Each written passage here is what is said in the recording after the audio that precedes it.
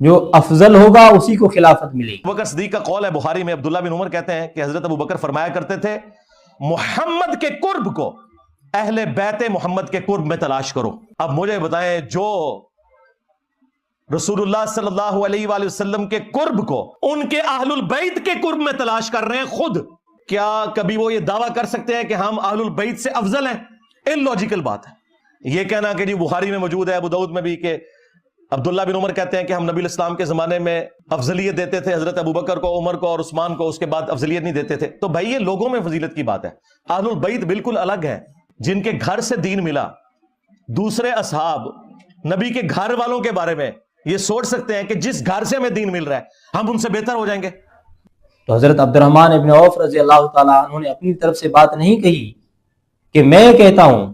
بلکہ صحابہ سے پوچھا، اور خود حضرت عبد الرحمن ابن عوف رضی اللہ تعالیٰ عنہ بھی